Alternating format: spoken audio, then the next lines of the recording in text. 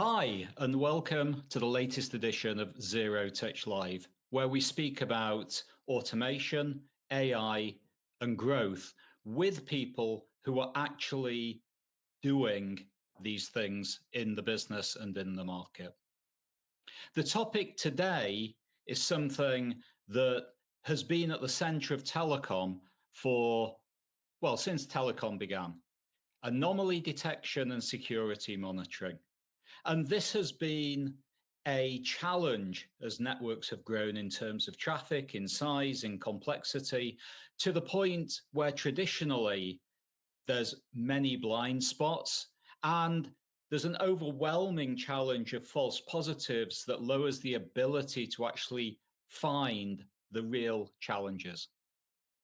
What if we could change the game completely? Today, we're going to speak about a new technology called Extended Berkeley Packet Filter, eBPF.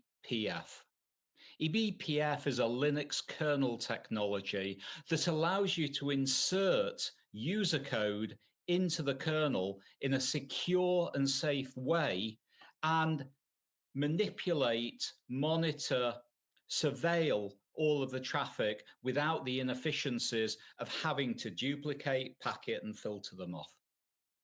Imagine that eBPF is a bit like a technology that allows you to change the steering wheel and engine of a car as it drives down the motorway, but the car doesn't slow down, it's not affected at all, and it's a seamless interaction.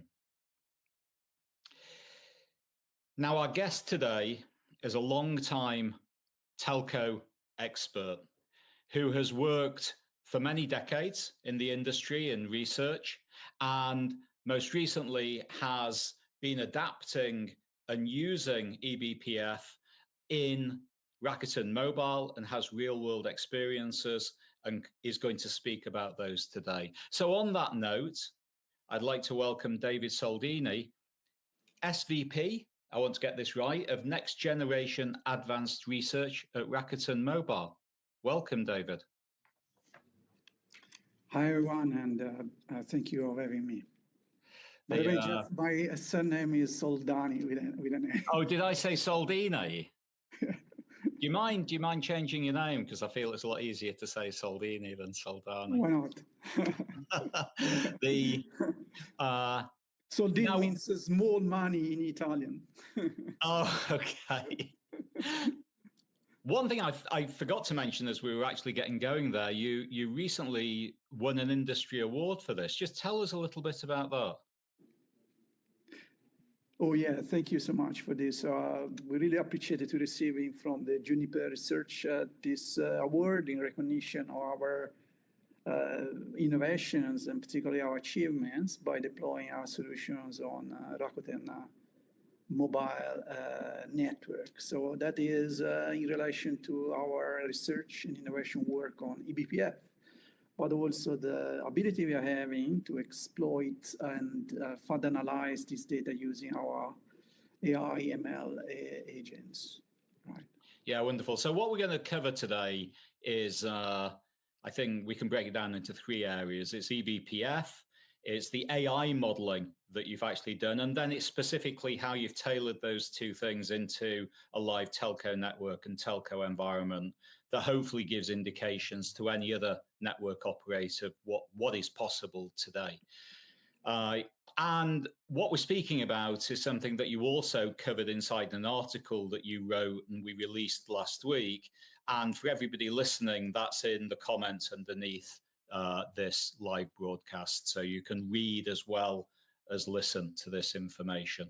Before we go into what you're doing right now, just give the audience a feel for what your background actually is and what you have done in telecom. I've been active now in the ICT field for about 25 years, and I've been serving as both as an academic player, as an industry player. So as an industry player, I served Huawei and Nokia in various roles, and then I joined Rakuten. That's now more than 3 years ago. And at Rakuten, I was initially operating as the Chief Information Security Officer for Symphony, and then I moved up into the organization where they asked me to design and build and then run the next generation advanced research division within our organization. And it is here where I have had the opportunity to assemble around me and select around me top experts in the world, especially looking into three fundamental enabling technologies. So the first one is eBPF, and then we look into the AI, both discriminative and generative AI. And we recently also started a project on open API. So we develop application exposure functions to generate new services, exploiting resources or capabilities of our infrastructure. Wonderful. So let's jump in and let's start with just the wide open question. Why is eBPF a game changer in anomaly detection and security monitoring? Many reasons. So one of the reasons is that today, but in the future, I think most of the workloads we run on Kubernetes, so container orchestration. Container orchestration runs on modern Linux or even Windows nowadays. So these operating systems, they since 2014 introduced virtual machines. This virtual machine is basically denoted initially as BPF, so a backpack filter does not represent really this technology. This technology can do pretty much everything and anything. So you may think of eBPF capability of the Linux kernel, but now also Windows operating system enable us to program the Linux kernel in real time and execute these programs in a safe manner without recompiling the source code of the Linux kernel. Fantastic programmability, security, execution in real time that enable us to achieve runtime security, for example. So previously you'd have to compile that, would you? Or the way that you solved for this before eBPF was to make special builds that had to be static of the operating systems then with the probes. You would need to follow the Linux Foundation processes, which means that you need to propose the changes, the Linux kernels to be approved. And then before it gets into real in productions and before it becomes like a massive distribution may take from 5 to 10 years. Now we do it in real time and then on the kernel version that you're having on your devices, and we can execute these programs along with the main source code or your workloads. That could be a network function, or it could be other type of capabilities running in clusters. And there was other solutions, weren't there, where you mirrored packets or you duplicated packets, or almost like this is me guessing, by the way, so you have to put me straight here, but I always felt that the earlier solutions, some of them actually almost had a mirror of the network traffic, that where it was copied out and then obviously that was a duplicate. Have I got that right?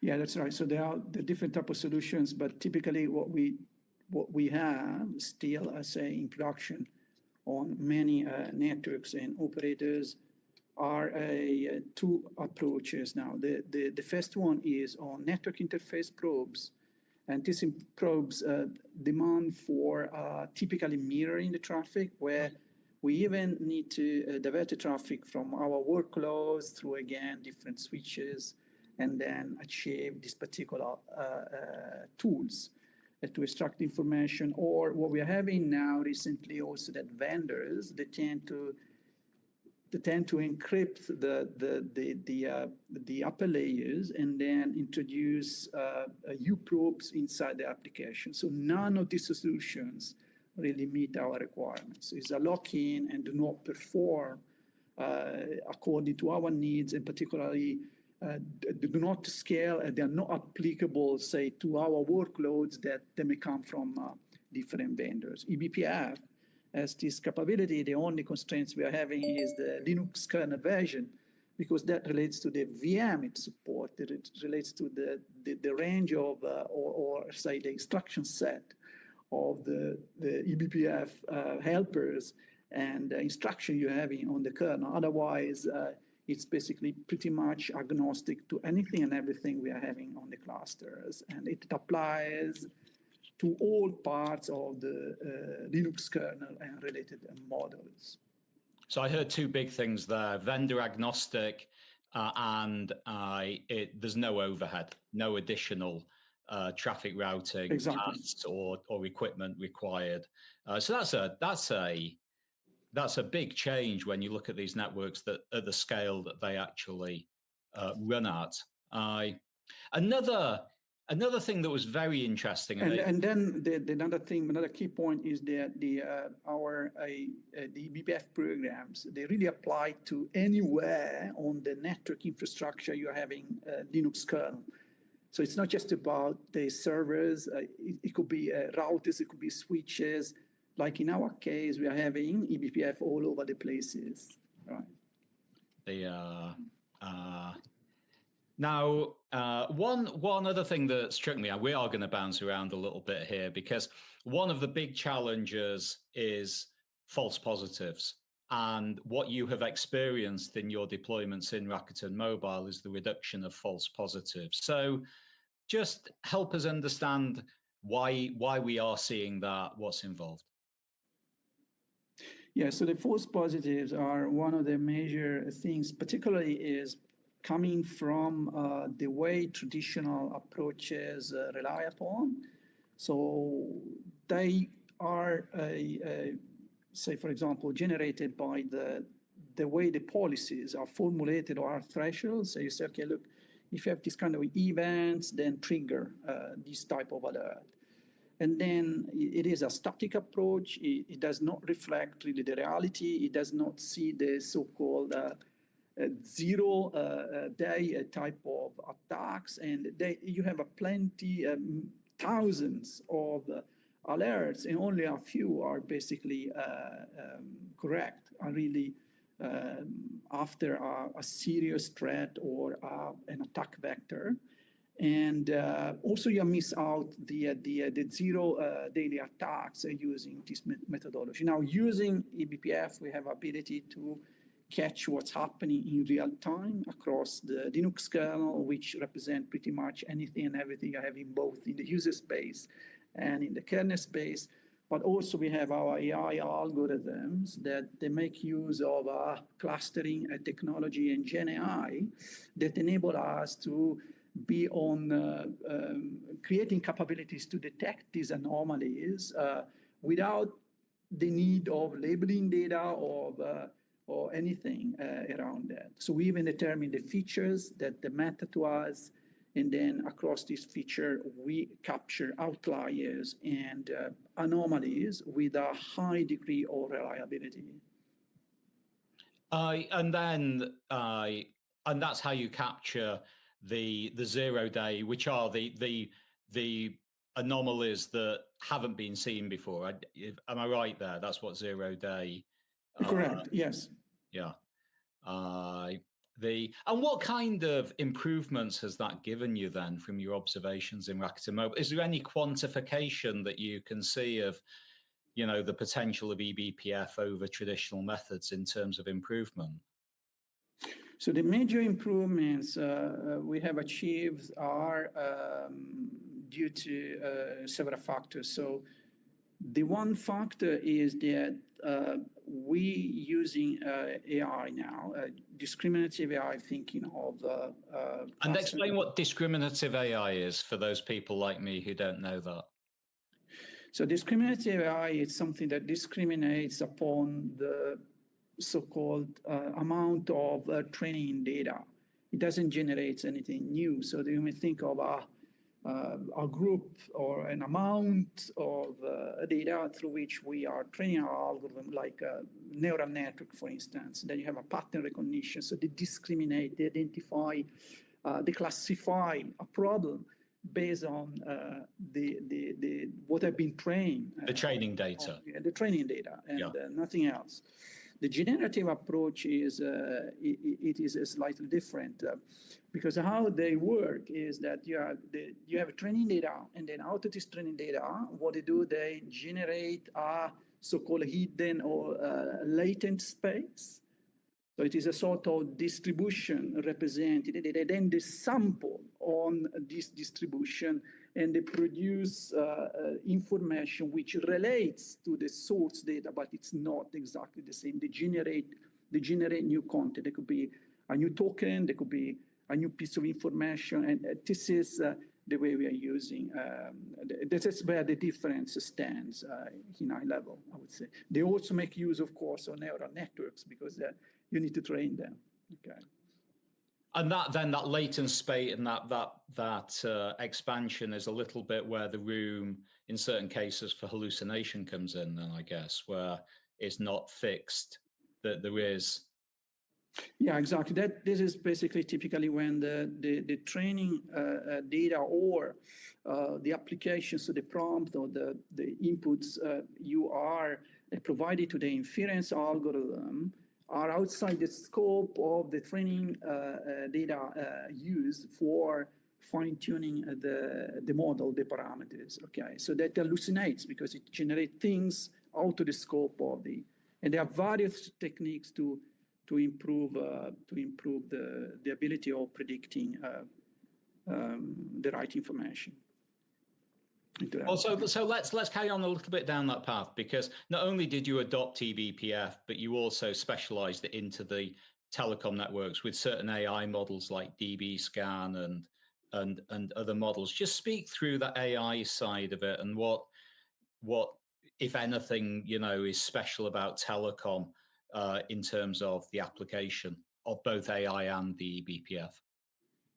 Yeah, so you may think of eBPF as an additional source of invaluable data, so data with immense value because it comes in real time.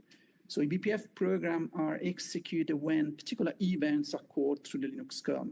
So a breach may entail, for example, the possibility of changing files or changing, say, the mode of the files or copy files or reading something. We can detect that through capturing, trigger the events when this particular system calls, like read, write, or you execute a program. We capture that. So this kind of information is retrieved through eBPF. Then eBPF passes this information centrally, where we can then use this information along with the information we extract from logs we receive from authentication servers. So anywhere where we're having the Linux kernel, we can retrieve information using eBPF, and then we have various types of authentication servers. For example, we're having Cisco ISE for authenticating access to our routers, and we extract the logs from that. Then we have, for example, Active Directory, where we register all our service accounts, all our users, and then we can extract log from it. On top of it, we have our algorithm. We have our machine learning algorithm that can then add value on top of data sequences, on top of different type of events, or even performance measurements we receive from our agents running on our infrastructure. And that allows us to immediately detect outliers or, say, the anomalies in the traffic pattern. For example, the quality of service deteriorates, or a particular element starts generating a lot of traffic, which means there's a malware inside there, or in other case that the jitter is too high or the latency hop by hop is too high, and we can detect that using our AI algorithm on top of it. And we don't only use the AI, we are also having advanced statistical methods that we have improved with respect to what traditional method uses averages, variances, which are bias indicators. We work on the median, and the median allows us to detect correctly outliers, what is an outlier, or what is an anomaly, which means you have a persistent behavior that differentiate, that differ from a normal behavior that we can also determine using our algorithm.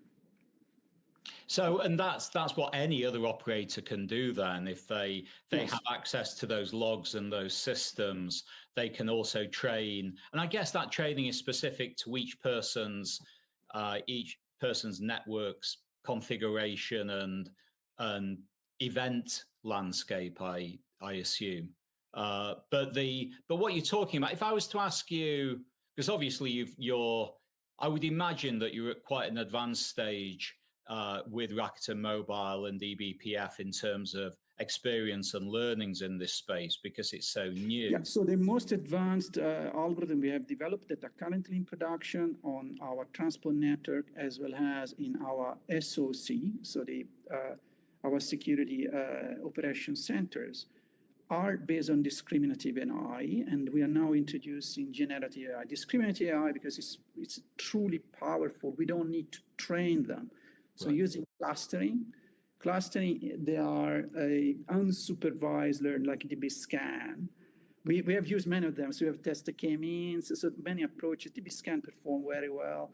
So these are algorithms that allow you to determine the features, and classify also the type of feature you're using without doing it manually. So we could do that using the algorithm. Now we are enhancing them, for example, using generative approaches. One of the methods we are bringing to production now is based on variation autoencoders. Again, how it works. So if you look at what you can get out of DB scan, you get this kind of trends. You can see that there are lack of performance in terms of quality of service, or there could be too much jitter. Or we can go through like profiling of service accounts. So we look at the time series first, and you could see, for example, that there are people using service accounts manually, which is not allowed. We can determine that because it doesn't follow a predetermined path. You can see it, right? But you don't know what's really happening within the actions. And here we introduce our variation autoencoders. So the variation autoencoders allow us easily to determine like the reconstruction error. So we look at the different events. So we have a series of events within that particular profile. And through the events, by comparing to their normal state, we can immediately determine if there's something strange. For example, we have seen that there are people that are trying to change the user account, and then there are different type of attempts to break into the system. That can be done and determined and evaluated using our GenAI approach. It seems like there's actually a lot of knowledge and experience you've got from trying the different I guess this is one of those worlds where there's so many different ways to do something that finding the best way and the best combination of the best ways is part of the magic in getting to the highest performance level. My last question then, what are the most important messages to all the other operators that might be listening to this? What's your advice about what they should be doing with eBPF and AI and the best way to start? Yeah, I think the eBPF, so thinking of Linux kernel, mono Linux kernel, it will be massive adoptions. And the trend is that we need to go from virtual machine to containerized network functions, so to the CNF. So we need to shift from, say, this traditional way of virtualized network to a modern type of architecture using cloud-native architectures and technologies. So we need to containerize. As we go into the directions, we are having eBPF, which is extremely powerful. By the way, eBPF applies to anywhere where you have a Linux kernel, but it's particularly useful on containerized applications because you are eBPF agent. It is a daemon set that runs on all nodes, right? So this is ideal. And then injects into the node. There could be even a VM the different programs. So there will be massive adoption. So it's a fantastic enabler. So I think that we should start using eBPF and have it a massive introduction across all the infrastructure. Then the other suggestion I have is that we need to have an architecture in place, like we have built the Rakuten Mobile, that feeds this information along with the logs into the AI ML algorithm that you need to create. There are different type of algorithm. I would say this is the first layer you need to have in place using artificial intelligence, machine learning. Generative algorithm will come stronger and stronger, but also discriminative approaches are extremely powerful and effective, such as the clustering methodologies.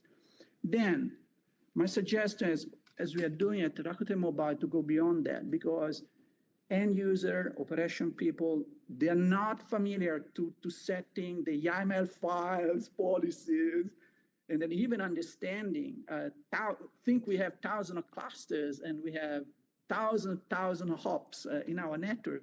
It's very difficult to navigate into all the problems. So what we are building at Rakuten Mobile on top of our AI, we are creating our RAG model, a retrieval augmented generative approach that combines the end user prompts with the informations we can extract from our layer one, I call it layer one ML algorithm, and feeds that into an agentic workflow.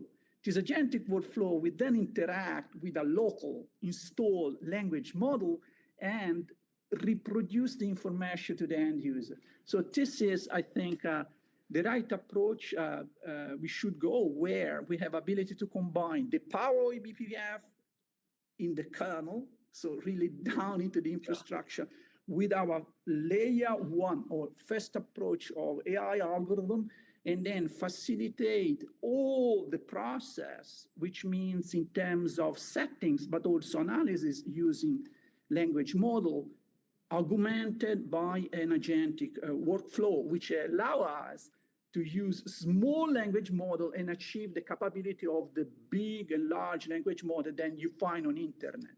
And this is also a dialogue I'm having now within the 3GPP and RAN Alliance, because we would like to specify the interfaces and the way the agent that's now introduced in 3GPP will work. It feels like the perfect meeting of so many technology storms in one place, actually, that enables this. The ability to actually get all of the data out of the lowest layer of the systems generically, and then actually having algorithms sitting above it that can deal both in a discriminative way and a generative way. I mean, I don't think we could have done this 3 years ago, 4 years ago. It feels like. So yeah, absolutely. So we are going from eBPF to 4 layers of intelligence, of artificial intelligence. So thinking of the basics AI ML algorithm at the lower level that will determine whether there are, for instance, anomalies, to then RAG models that they feed information into the agentic workflows that will exploit our language model, and then you may close the loop in an efficient and effective way, as we are doing at Rakuten Mobile. Yeah. Right. Well, that's a great place, I think, that we can close out. So thank you so much, David, for speaking. We've gone a little bit longer, but I hope we all have stayed with this. I think this has been one of the most information and intelligence-rich conversations, at least I've tried to keep up with. For everybody listening, please remember, if you want to learn more, then look at the article that David wrote that's in the link below. David, of course, David Soldani, as he likes to be known, is available on LinkedIn, so please connect with him, ask him questions there. And I hope you can sense that we completely encourage the conversations, and we want to try and be as open as possible with helping leadership in the telecom industry. Thank you so much, David. Thank you for having me.